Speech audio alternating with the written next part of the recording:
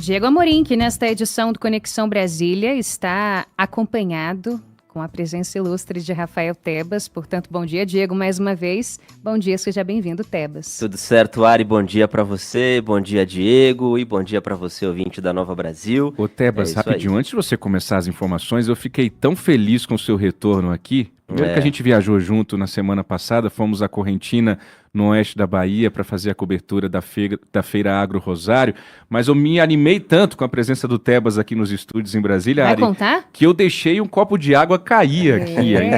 Ainda bem que a gente não estava ao vivo na TV, tá certo que tem imagens do YouTube aqui, mas o pessoal cortou direitinho, ninguém viu, tá tudo bem. Mas é pro ouvinte sentir que aqui é profissionalismo. Pode acontecer o que for, que a gente continua, troca o pneu com o carro andando e vai embora. Eu me senti, sabe aquela turma quando tem jogo de vôlei, né? Que você vai no chão pegar a bola assim, e aí o suor, aí vem o pessoal e limpa assim. Foi igual o Rafael Tebas aqui, foi ali, pegou o pano, a gente já limpou, tá tudo bem, vamos ao que interessa, Rafael Tebas. É isso, Diego, muito bom estar de volta aqui sim, depois de um cálculo renal. Gente, como é chato isso, mas tá resolvido ainda bem. Muita saúde para você, Tebas.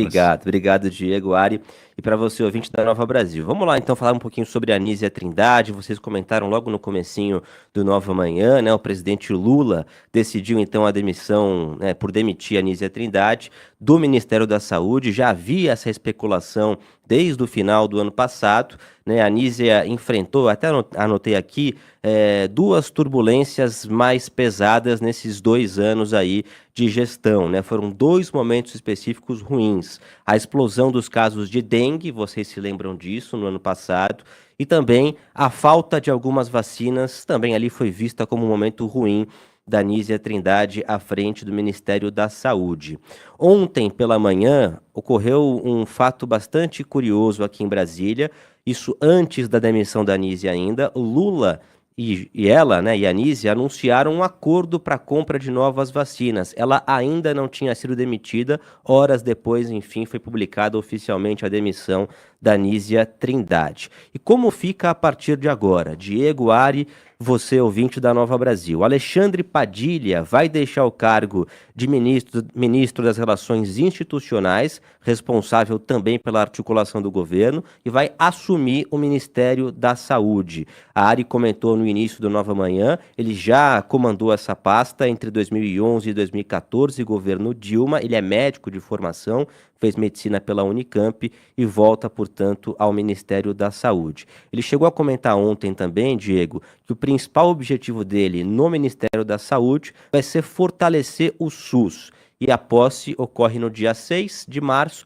um dia depois da quarta-feira de cinzas, logo depois do Carnaval. Então vai ser também um dia importante aqui em Brasília. Eu fiz aqui um mapeamento rápido, para a gente não estender tanto, Diego, sobre a reforma ministerial. A gente já teve uma troca que não foi oficialmente dentro dessa reforma, mas foi o Sidônio Palmeira, que assumiu a comunicação do governo. Paulo Pimenta deixou o cargo. Agora a Padilha vai para a saúde, a Anísia deixa o cargo. E o que pode ocorrer a partir de agora é o seguinte: Márcio Macedo pode sair da Secretaria-Geral da Presidência e Gleisi Hoffmann pode assumir. Não há ainda essa confirmação oficial, tudo pode ocorrer em Brasília, né? As coisas mudam rapidamente. Inclusive nada, mas essa é uma especulação muito forte aqui nos bastidores. Além disso, né, o deputado José Guimarães, que é líder do governo na Câmara, pode assumir as relações institucionais. Ele é o favorito, o presidente Lula gosta bastante dele e ele pode, portanto, assumir esse cargo, né, que é esse ministério que é muito importante. No entanto, a Gleisi também busca o cargo que o Padilha vai deixar, porque, como eu citei, é um ministério de articulação política. Isso, é a ponte do Planalto com o Congresso, né? Exatamente. Olha, tem mais nomes aí nessa disputa, hein? Tem o senador Jacques Wagner, que também é colocado aqui nos bastidores em Brasília. Os próprios ex-presidentes da Câmara e do Senado, Arthur Lira e Rodrigo Pacheco, também são nomes ventilados. Vamos ver o que o presidente Lula vai fazer, porque esse nome, Tebas, que é o ministro das Relações Institucionais, vai ser um nome fundamental para esse restante do terceiro mandato, essa segunda metade do terceiro mandato do governo Lula, já mirando 2026. O Planalto precisa melhorar a sua relação com o Congresso Nacional diante de tudo aquilo que a gente fala tanto para o nosso ouvinte aqui, que é o empoderamento do parlamento a partir da captura de parte significativa do orçamento público. Exatamente. Para fechar, a gente chegou até a escutar aqui em Brasília que o ministro Rui Costa poderia também ocupar esse ministério, ficando com um super-ministro, né? Mas isso parece que já ficou mais de lado, vai ter alguma pessoa, assim, algum ministro assumindo essa pasta que é muito importante. E para fechar, você bem citou, os ex-presidentes do Senado, Rodrigo Pacheco, da Câmara, Arthur Lira, também são sondados para algumas pastas, né?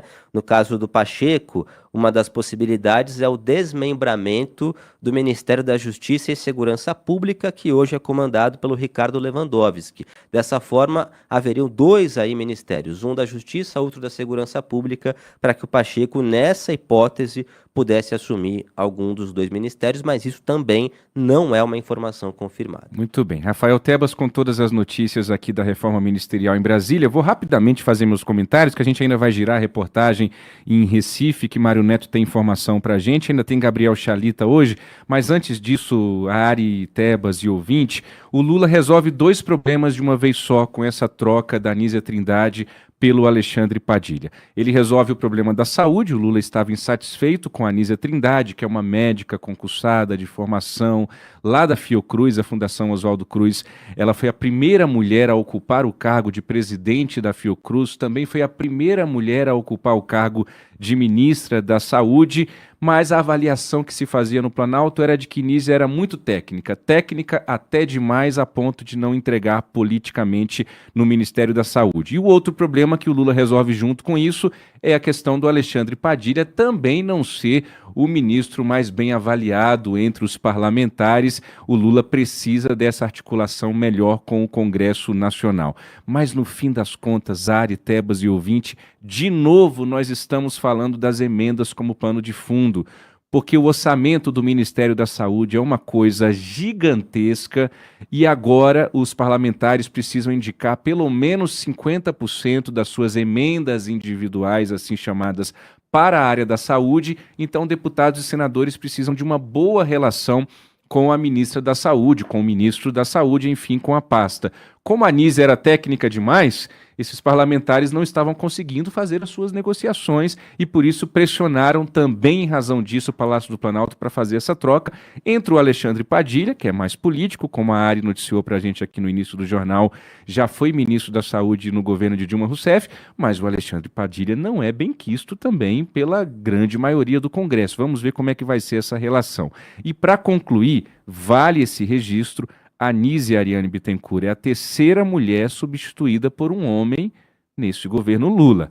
A gente faz aqui o retrospecto. Daniela Carneiro no turismo deu lugar a um homem, Ana Moser no esportes deu lugar a um homem, Anísia Trindade deu lugar a um homem agora. Aí você ouvinte pode se perguntar, e o que tem? Qual o problema disso? Dentro de um contexto de um governo que tem como bandeira mais talvez do que o governo anterior, certamente, um maior espaço para as mulheres na política, há uma decepção, inclusive, entre aliados do governo Ariane Bittencourt, porque agora cresce a pressão sobre o presidente Lula para que ele indique mais mulheres ao STJ, por exemplo, Superior Tribunal de Justiça, onde tem vagas abertas aí ainda a serem indicadas. É isso aí, para a gente ter uma ideia da disparidade, agora de uma esplanada com 38 ministros, há 9 mulheres, 9 ministras. Então, a gente percebe que há, de fato, um desbalanceamento. E eu me pergunto, será que não há mulheres? Uma pergunta claramente retórica,